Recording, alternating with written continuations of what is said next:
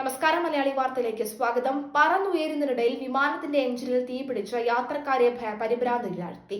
ബ്രസീലിലെ Sao Paulo അന്താരാഷ്ട്ര വിമാനത്താവളത്തിൽ നിന്ന് അമേരിക്കയിലെ അറ്റ്ലാന്റയിലേക്ക് പുറപ്പെട്ട ഡെൽറ്റ എയർലൈൻസിന്റെ DL-104 വിമാനമാണ് എഞ്ചിൻ തകരാറിനെ തുടർന്ന് അടിയന്തരമായി തിരിച്ചിറക്കിയത്. 272 യാത്രക്കാരും 14 ജീവനക്കാരുമാണ് വിമാനത്തിൽ ഉണ്ടായിരുന്നത്.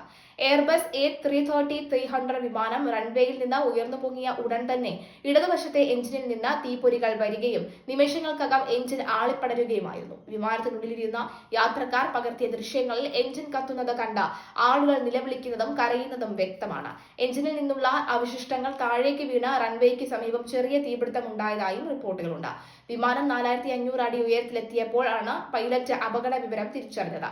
കൺട്രോൾ റൂമിൽ നിന്ന് നിങ്ങളുടെ ചിറകുകളിൽ തീപിടിച്ചിരിക്കുന്നു എന്ന സന്ദേശം ലഭിച്ച ഉടൻ തന്നെ പൈലറ്റ് മേഡേ സന്ദേശം അയക്കുകയും വിമാനം സുരക്ഷിതമായി താഴെ ഇറക്കുകയും ചെയ്തു. വിമാനത്താവളത്തിലെ അഗ്നിശമന സേനാംഗങ്ങൾ ഉടൻ തന്നെ വിമാനത്തിന് സമീപമെത്തി തീയണച്ചു.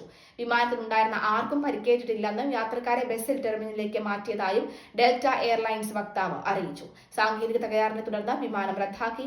യാത്രക്കാർക്കുണ്ടായ ബുദ്ധിമുട്ടിൽ ഖേദിക്കുന്നതായും സുരക്ഷയ്ക്കാണ് തങ്ങൾ മുൻഗണന നൽകുന്നതെന്നും അധികൃതർ വ്യക്തമാക്കി. ഏതാനും ദിവസങ്ങൾക്ക് മുൻപ് ന്യൂയോർക്കിലെ ലഗ്വാർഡിയ വിമാനത്താവളത്തിൽ എയർ കാനഡ വിമാനം അഗ്നിശമന സേനയുടെ വാഹനവുമായി കൂട്ടിയിടിച്ച 2 പൈലറ്റുമാർ കൊല്ലപ്പെട്ടിരുന്നു. ഇതിന് പിന്നാലെയുണ്ടായ പുതിയ അപകടം വിമാനയാത്രക്കാരുടെ ആശങ്ക വർദ്ധിപ്പിച്ചിട്ടുണ്ട്.